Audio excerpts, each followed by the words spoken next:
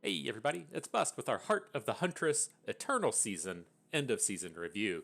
And so for the Eternal season we've just been through, I personally had a ton of fun with this. I can't think of a format throughout the history of Runeterra's lifespan to where I just grinded so much. And not grinding in the sense of playing the game because I have to, but because the games were fun and interactive and interesting, and queuing up over and over again didn't really feel like a chore. It was quite fun to go through. And I feel like we reaped the benefits of that quite a bit. We're currently sitting somewhere at like the top 50 in terms of the ladder. We did top 4 the Mastering Runeterra Eternal Open event last week. Our Riot Eternal Open event didn't go as well as planned. I made quite a few mistakes along the way, but we had quite a bit of fun along the way. And I really did enjoy this season. And so to speak to it a little bit more, the overall kind of feel of this format, I think, can be defined by Warden of the Tribes. There's been this saying in the land of magic. It's probably like bygone now. Like, it was memorable to me when it happened. It's probably been like 15 years ago now. It may have been statements that were made before you were even born, but there was a saying that if Baneslayer Angel is a viable and powerful card in the format, then you probably have a pretty healthy format. If you're not familiar with that magic parlance, it's just a 5/5 Demacian unit for 5 mana, but it also has like evasion and protection from demons and first strike and lifesteal. It just has a bunch of keywords on it. It's just like a very powerful unit for the price point, but it doesn't do anything too overpowered, and it's definitely manageable. And that's how Warden of the Tribes feels to me, for like all of the obnoxious stuff that you should be able to do in an Eternal based format. Like Action Samira looks kind of obnoxious when it's popping off, and then the things that you can do with like Karma Set and Feel the Rush and stuff. It's just like Warden of the Tribes being one of the top decks in this current meta really describes how I feel like Eternal really played out here. Because if you can't figure out a way to deal with the Warden of the Tribes deck, if you can't be faster than it, if you can't play Castigate or Ruination or Buried in Ice, or you can't figure out a way to kill off a bunch of their units so they don't just have a 5-unit board when they play Warden of the Tribes, like, you're doing something wrong, right? And so I feel like the showcase of strength in this format, with Warden of the Tribes not only being a viable card, but one of the biggest meta shakeups over the course of the last few days, I feel like that really speaks tones and volumes to this thing. And so, again, props to Riot for the format, props to Infinity Patrons for pushing the Warden of the Tribes onto everyone. And letting us have a bit of fun out here along the way. And so, as far as we go in terms of the set's impact from Heart of the Huntress, we did see in the standard season, of course, the Siren Song meta, which we had to deal with for a month, and then the next month it felt like a pretty fun and decent format to me, but there's a bunch of Twitter nonsense going on about how the format was a failure. At the end of the day, I feel like it was a pretty good set, and it had a lot of impact in an Eternal format, which is much more challenging to actually pull off. And so I made Cosmic Call, the biggest Cosmic Call, of course, the card that really had the greatest impact on everything. I don't know if you really want to call it a Heart of the Huntress card because it came out of the Variety patch, but it hit us during the Heart of the Huntress season and really defined everything happening in the Eternal format. But beyond the Cosmic Call, we did have some real role players along the day. Balin the Benevolent would have been the biggest impact in terms of adding new deck archetypes to the field, with the Fiora Galio deck really popping off. The Mage Seeker Jr. on the bottom line did a big number in terms of helping his rise to power, if you will. But a lot of good role players along the way that didn't define new archetypes, but definitely found their niches in the format. So Avenging Vastaya, Glacial Saurion really making a big impact. I'd love to see Sump Monument just completely gone, but you have to give it respect in the picture. And then things like Epic Strap Traction making their way into the Jace decks, and Valley of Imitation and the Cobra combos. Like, having all of these cards come out really gives you an edge in the format. I feel like we've had some of these sets in the past to where it feels like Eternal is just a continuation of Standard because the new set didn't really add anything. And I feel like we got a lot out of this new set. And so there was a big addition there. Now, cycling back to that idea of this set being a failure, and I think in what a lot of people would kind of say to it is, in my opinion, at least, this is a game of champions, right? And so if you say, like, what is the defining factor? What is the thing that makes Legends of Runeterra different from all of the other card games in the world? And I think that the kind of champion aspect to it is what really drives home the difference, and it's also what ties the game back into the parent IP in the League of Legends game. And that is what I would kind of describe as a failure of the set, if you will. As we look at these cards, there's just no champions on here. I think it's pretty safe to say that the Poro King probably supposed to be a meme card, something for the Path of Champions. I feel like if we're ever in a world to where the Poro King is competitive, that's not going to be a fun format. If the Poro Snacks kind of Poro King, Poro Snack style engine deck is good, that's probably not a fun format, and so I'm kind of okay with that one.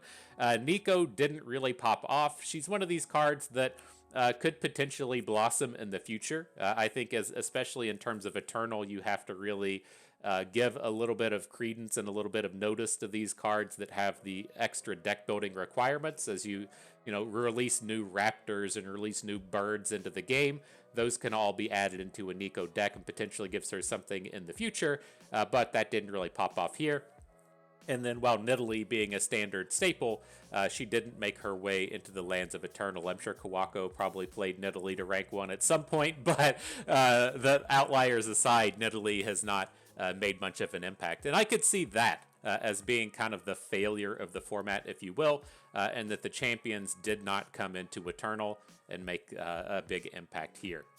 But that same concept is what really brings forth a big question to me in terms of playing best of 3. It doesn't really apply only to Eternal, it also applies to Standard, but I like to say this, are we playing a game of champions, or are we playing, something else? And what I really mean by this is you go into this space of best of 3, you have this opportunity to play the same card across 3 separate decks. And so in the Mastering Runeterra Open last week, we played 3 Mage Seeker Junior decks. As you can see on the screen here, we have Concurrent Timelines up. You can very easily play 3 Concurrent Timelines decks. With this season, I was very worried about the aspect of a triple Cosmic Call lineup making an appearance, and is that really what we're looking for in the space of the best of 3 format? And I don't have the answer to that. I just like to kind of speculate on the matter, but to me, it should be a game of champions, and especially as we find ourselves in this space of best of 3, to where you have the pick and ban phase, and that gets to kind of tie back again to the parent company of League of Legends. You really lose out a lot of that pick and ban phase when you're able to play these triple non-champion style decks. And so strategy elements aside of having, deck 1, deck 2, deck 3 of Concurrent Timelines and having to play what is probably a worse version of something along the way, is that something that we should really be able to do? Because to me, it really kind of takes away from a lot of that deck building aspect, in the sense that, you can build so many decks around Samira, get into the pick and ban phase. If you didn't design your deck to do well against Samira, then you can just come in and ban her, right? Or if you want to design your deck around beating Samira, you can leave her up and ban out something else. Like, all of those options are what gets, really interesting in the draft phase of League of Legends. And I feel like this idea of being able to play the 3 versions of the same deck across the best of 3 format really takes away from that. And so we see it time and time and time again. You saw it with Champion Strength here recently. Concurrent Timelines does it a lot. We can potentially see this over and over and over again. And there's a few different answers for that, right? You can say potentially you can only play 3 copies of a card in total across all of your decks. Or if you say play a P and Z region in one of your decks and your other ones can't do it. So if you say play Noxus P and Z like we have on the screen here, your other 2 decks can't have Noxus or P and Z. They're just additional ways to really limit this kind of thing and kind of drive home that best of 3 aspect, to where we're really focusing in on the champions and focusing in on the pick and ban phase. And so I don't have the answers. Maybe it's a good idea, maybe it's a bad one. I just think that it really takes away from that kind of League of Legends family of experiences when you're able to come out and play the triple the triple archetype deck to where that archetype is not a champion. And so, we'll see. We'll see how time goes. I would love to see this be something that gets explored in the space of Gauntlet, right? We have Gauntlets out there. We have weeks of Gauntlet to where it's just a format that doesn't matter. Why not, try and experiment with that a little bit and see how it goes? But next with that, as we continue to speak about Cosmic Calls, the game end speed is something that I think Cosmic Call really brings up some interesting questions about. And so what I mean by this is as the game ends too quickly, Riot comes in and does stuff, right? And so on the left, I posted things like Frozen Thrall, which has been nerfed a whole bunch of times. The entire Lysandra package has seen a bunch of nerfs in terms of the Frozen Thralls just ending the games too quickly. The Winding Light ended the games too quickly, and Champion Strength did as well. These were all cards that could realistically and reasonably end the games on turn 7, and then they almost always did it on turn 8. And so Riot kind of said, that's not really how fast we want the games to be. If you kind of high roll and kill on 7 occasionally and then do it frequently on turn 8, that's kind of okay. But this high roll on 6, do it kind of frequently on turn 7, and then all the time by 8 was just too fast. And so that's a very easy barrier at the front end of the game, and it's very easy to kind of conceptually grasp. Now, the thing that gets kind of interesting to me, and it was really kind of exacerbated for sure, in this format, is the top end. Like, how fast are we allowed to just do really obnoxious stuff to where the game ends? And so, like, over the course of here in recent history, we've seen Karma at the 10 mana space be a really kind of divisive unit as to whether or not what she does is too powerful. I'm pretty fine with Karma. My problem with Karma has been she can run into game states that fizzle. And so you get to turn 10, you're drawing all of your cards, you're doing all of this Karma-based spell doubling style stuff, and you don't just like objectively and instantly win the game. And it's not like fun to play through, right? You just have to sit there and just kind of like be at the mercy of your opponent and wait and watch through. But like the mechanics aside, I feel like Karma at 10 mana is a perfectly reasonable and fine ability that should just quickly end the game and allow you to get on to the next one. The next, kind of barrier backwards has been things like Feel the Rush. Feel the Rush coming down on turn 9 is something that most certainly just ends the game very quickly. I like that cleanliness much better than things like Karma, and it feels, again, like a reasonable speed, especially as those elements are interactable. You can Avenging Vastaya, you can Rite of Negation, you can Deny, and then as the units get on board, you can play board wipes or vengeances or whatever. It's very interactable, but very powerful. Now, as we move the step back 1 mana earlier, we're at Cosmic Call. And Cosmic Call has kind of really, to me, provided this kind of space to where there's a hard barrier, right? And so if you're playing Feel the Rush and winning the games on turn 9, you can still play decks like Karma because you can interact with that ability, but I feel like the 8 mana ability that you get out of Cosmic Call is just leagues and leagues and leagues better than what you're getting for 9 mana and what you're getting for 10 mana. I don't feel like this 8 mana space coming out of Cosmic Call that essentially just says you win the game is what you should really be getting for at that price point. And so while I don't think that this card is obnoxiously broken at the cost, like I feel like there's spaces to where you can leave cards like Cosmic Call at this 8 mana kind of space. Maybe you go and do some kind of tweaks to Living Legends, or maybe you do some kind of tweaks to Cosmic Call to where instead of invoking a big, it invokes a middle. Like, there are some kind of spaces in here to where you can make tweaks in this and say, okay, this is a powerful enough ability at 8, but I think that there needs to be kind of like a decision, a thought in terms of how powerful are these spells allowed to be in this kind of mid-game space. And so if Cosmic Call costs 10, fine. Whatever, if that was a 10 mana play it, you play it against the game, great, I'm fine with that. But as we creep the top end more and more towards that turn 7, turn 8 barrier, like, how happy are we with that in terms of what Cosmic Call can do? Because it does bring in this interesting space if you really kind of played a lot of Eternal, you should be very familiar with this in terms of being able to play Cosmic Call on turn 8. If you do have the kind of, you don't play it on turn 8, right? You play it on turn 5 and then you pop off on turn 8. But like if there's this kind of turn 8 barrier with Cosmic Call, then you can play Warden of the Tribes the turn before and win the game before they get the abilities and bonuses off of the Cosmic Call. And so what we were doing in this format is saying, okay, well, if the Warden of the Tribes decks are doing one turn faster than Cosmic Call at turn 8, we need to be coming to this format and doing things that win the game on turn 7 because we can't beat Warden of the Tribes. And so we're playing things like Champion Strength, playing things like the Harrowing to get out just that edge in front of Warden of the Tribes, to where Warden of the Tribes is trying to get that edge just out in front of Cosmic Call. But nonetheless, we're starting to diverge from the idea. I'm curious how powerful these mid-gamey spells are allowed to be, and Cosmic Call is kind of a real question point to me. And is this really driving that end of the game space a little bit too fast towards the mid game? All right, though, in terms of moving on from that, I think there are two cards that should be really in the conversation of being updated in the Eternal format. Concurrent Timelines #1, this card just needs to go. Like you can nerf it to 3, you can nerf it to 4, you can give it the Siren Song treatment and nerf it to 5. I feel like this card's just going to be a fucking problem forever, and it just needs to go.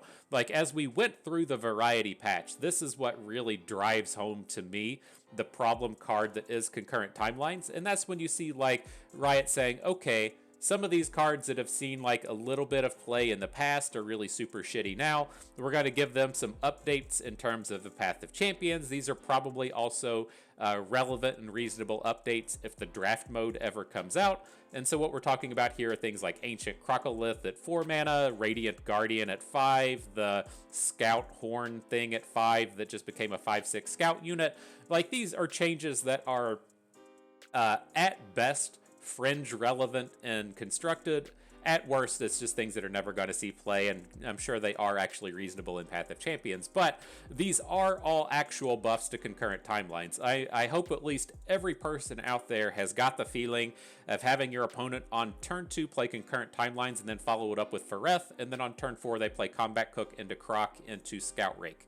Like, it doesn't happen that frequently, but it happens that one time, and that's enough for you to be like, oh, this is just fucking obnoxious. And to that end, as Riot wants to continue to develop new strategies, new archetypes, new things, new mechanics come out, say like Weaponsmiths comes out, a new like card nerf or buff, all of these things have to be kind of taken into the lens of Concurrent Timelines, and that's just fucking obnoxious. And so just go ahead and get rid of it. I don't feel like there's too many people out here these days that are being like, wow, I had so much fun with this Concurrent Timelines game. Like, I want to do this over and over and over again. Like, it's probably the same person that enjoys playing a Sump Monument game. And so, like, at this point, I'm just like, just get rid of it. It should be limiting design. It made those, random updates out of the variety patch actually relevant, and it's just fucking obnoxious. Just go ahead and get this one out of here. You're gonna hurt like 2 people's feelings and be done with it. Up next was the one that we mentioned in Cosmic Call. I'm not... the thing that kind of strikes me with Cosmic Call is I haven't played a game of Standard in a month, right? Eternal season gets here.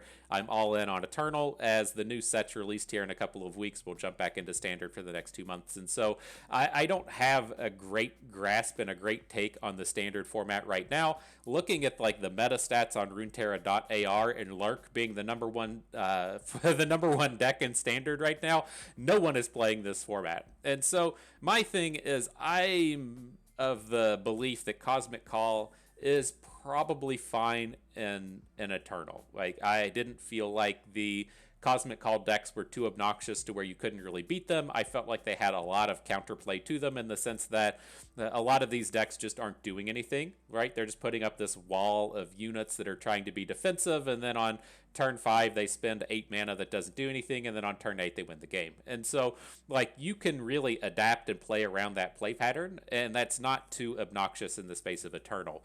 I don't think the tools in Standard are going to exist to play around a card like Cosmic Call enough, and it's really going to just devolve into this Cosmic Call heavy format. And so I would like to see something happen to Cosmic Call. I don't know what the answer is. Again, changing the mana cost on it, changing what it invokes, changing some of the actual celestials that this is able to pull back in. I think this card is going to be need to be reined in a little bit in standard, even though all of the cards that exist now in Eternal don't exist in Standard. I'm not certain what the entire list is. I don't play these dumbass cards, but like I don't think like the entirety of like the Fangs and the Monument that draws 2 cards now. Like I don't think the entire package that's available in Eternal is available in Standard. But as a format that is typically, you know, at least 1 turn slower, probably 2 turns slower than you would get in Eternal.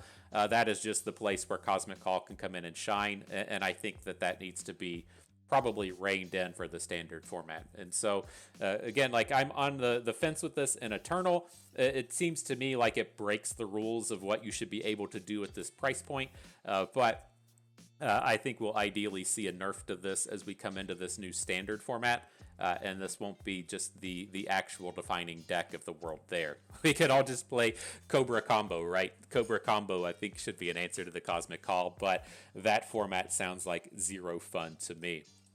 Now, last but not least, we've talked about a lot of the cards. I think the thing to kind of speak about here as we wrap up this video, or what I would like to see as kind of updates to Gauntlet. And now, I played an absolute ton of Gauntlet in the previous season, so the initial season got here, we played tons of Gauntlet. It was a lot of fun. It's nice having that little bit of variety coming out between just grinding the ladder all the time and having something else to do.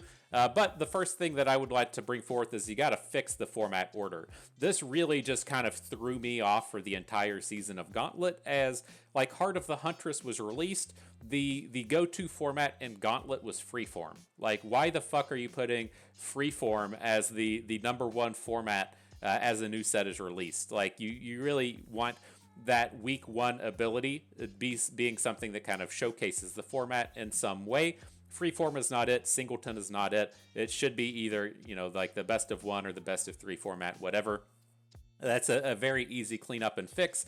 I really like this kind of idea that we're on, you know, a monthly cycle. And so if like week 1 is best of 1, and then week 2 kicks into best of 3, and then at the end of week 2 or however this goes, you have the Ruthless Rumbles, and then it goes into the Open, and then that last week you can do random formats like Singleton or Freeform, or start with 30 health or whatever the thing that's out there cooking and brewing is. Like, that can fit in that last week to where, you know, everybody really feels kind of done once the Open is gone. Like, there's like 9 people that the ladder grind is still important for. I guess there's another handful of people that are trying to rank up into Masters or whatever at the end of the season, but the number of people are very limited towards the end that really care about grinding the ladder, where right at the front making it Freeform was kind of obnoxious.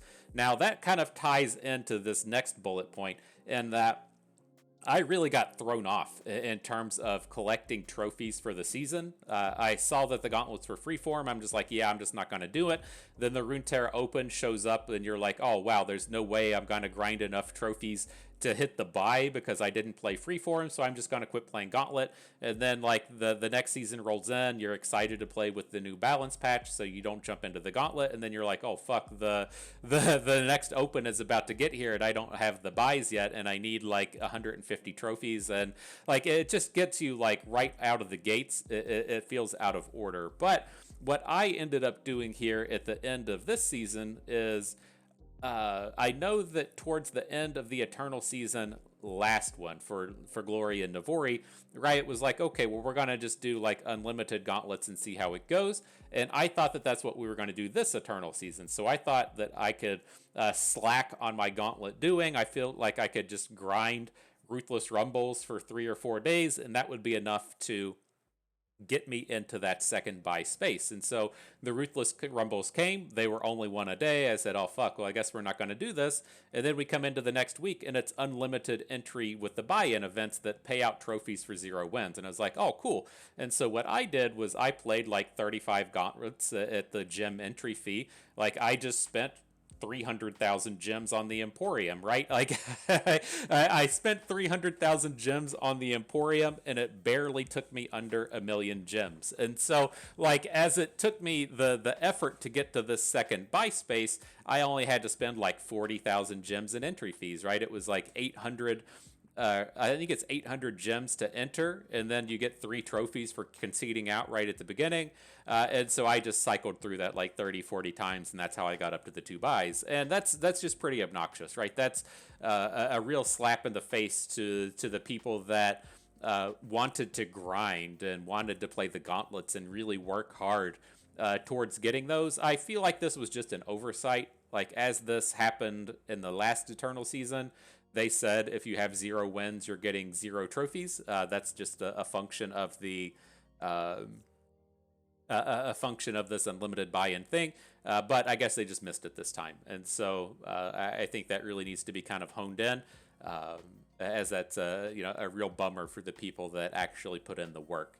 Now that also ties into the rewards, and I feel like with me, it was tough. Like, I've been a big supporter of Gauntlet. I feel like this is a fantastic way to fill what I call the casual competitive void, right? I'm in this spaces to where I'm not going to make worlds. I'm not on some kind of team to where we competitively like scrim and grind together. It's nice having some kind of like competitive outlet outside of playing the singular monthly tournament. And that's what you're hoping to find out of Gauntlet. But it feels like the rewards are a little bit off. Like, I don't have the answer to make it feel more rewarding, but like, as the daily events are here, I jump into a daily event, and then I play it. I go like 4-0 or whatever, and then I have no idea what the reward even is. It's like you get 10 trophies and it gives you a high five or something. Like, that's just not satisfying in the least. And so I'm not certain the kind of angle to go in this immediate reward space to where it feels like you did something viable, right? In games like Magic, this kind of space was always valuable given that the cards had like a real world cost. And so as you weren't playing a game that's just massively free to play, the answer to what do you pay out as a reward is a way to get those cards. And so you don't have to spend real world dollars to get this reward in. But like, what's the immediate reward that you're able to give someone in Legends of Runeterra, right? You can give them gems that don't matter, you can give them cosmetics, or you can give them like trophies or something, right? Because just passing out wild cards doesn't really feel like a win in any kind of way. And so I don't know what the answer is to like make me be like, oh yeah, like I want to play Gauntlet today as opposed to grinding the ladder because X, right? I don't know what the answer to X is there, but like, the immediate reward within these gauntlets feels pretty low. Now that ties into the other bullet point here, and like, what is the grinding reward, right? Getting those buys is a very big deal, but as you kind of like may have noticed throughout the course of this like discussion, it feels like it's very easy to see like the distance between the buys, as that's the one that all really matters, and just be like, I'm just not going to deal with it, you know? And so I'm not certain what the answer is to make that grind more worthwhile, to be like, okay, well, I want to just come out and grind all these trophies for some kind of reason, more so than just these 2 buys. And I don't know if the answer is like putting up a leaderboard. Everybody wants to be at the top of the leaderboard, right? And so if there's just some leaderboard for the people that have generated the most trophies on the season, that's something that doesn't cost anything that people find interesting. I'm also curious if there's not a space to where, say, at the first open, we're within a season that lasts 3 months. At the first open, you can have 1 buy. At the second open, you can have 2 buys. At the third open, you can have like 3 or 4 buys. Like, I'm not certain what the answer is there, but that strikes me as something useful as well, as to where if I know that if I'm consistent and I play and I grind, that I can get this like real benefit of only having to play like half a tournament towards the end of the season. That's very real as well. And so that was one of like the real premier answers in Magic back in the day, to having like really high profile finishes and really grinding, was because the buys in the Grand Prix events were such a a big boost into making the second day and then continuing on that grind. Not only did you get to avoid those early round battles, your tiebreakers were immensely better. It was based primarily on opponent's win percentage, so as you didn't have an opponent in the first 3 rounds of the event, your opponent match win percentage was at 100%, and then as you start in on round 4, as you beat your round 4 opponent, their opponent match win percentage is going to be 75%. And so you just keep that number up high right from the get-go, to where if you started at the beginning, your opponent would have a bunch of other tiebreakers that would really cut in. And so I'm not certain if that's an answer either. That's something that I could see looking towards. I just know that seeing cosmetics at the end of the thing aren't what really motivate me to continue on. That's not entirely true. It's not seeing that like cosmetics are at the end. Like I don't care about pens. Whatever these other cosmetics could be, I don't know. But prismatics, I should say, I don't feel like are worth the grind to go and chase down. And so again, I don't have the answers. I feel like the first 2 are very easy ones. Fix the format order, have the real formats up front, have the fun formats during the fun week, no trophies paid out for 0 wins on unlimited entry events. That's the easy ones that I feel like I have a definitive great answer for. But the rewards, getting something immediate and getting something long-term, I don't have the exact answer for it, but I feel like the current rewards are a little bit off. And so that's it. That is our end of season review for the Eternal Heart of the Huntress season. Agree, disagree with our card evaluations, our thoughts on Gauntlet, whatever it is. I'd love to hear it. Be sure to let us know. And that is going to do it for us today. So I hope everyone enjoyed the video. I hope you maybe learned a thing or two along the way and you had a good time watching. So this is Bust, and we thank you for being here.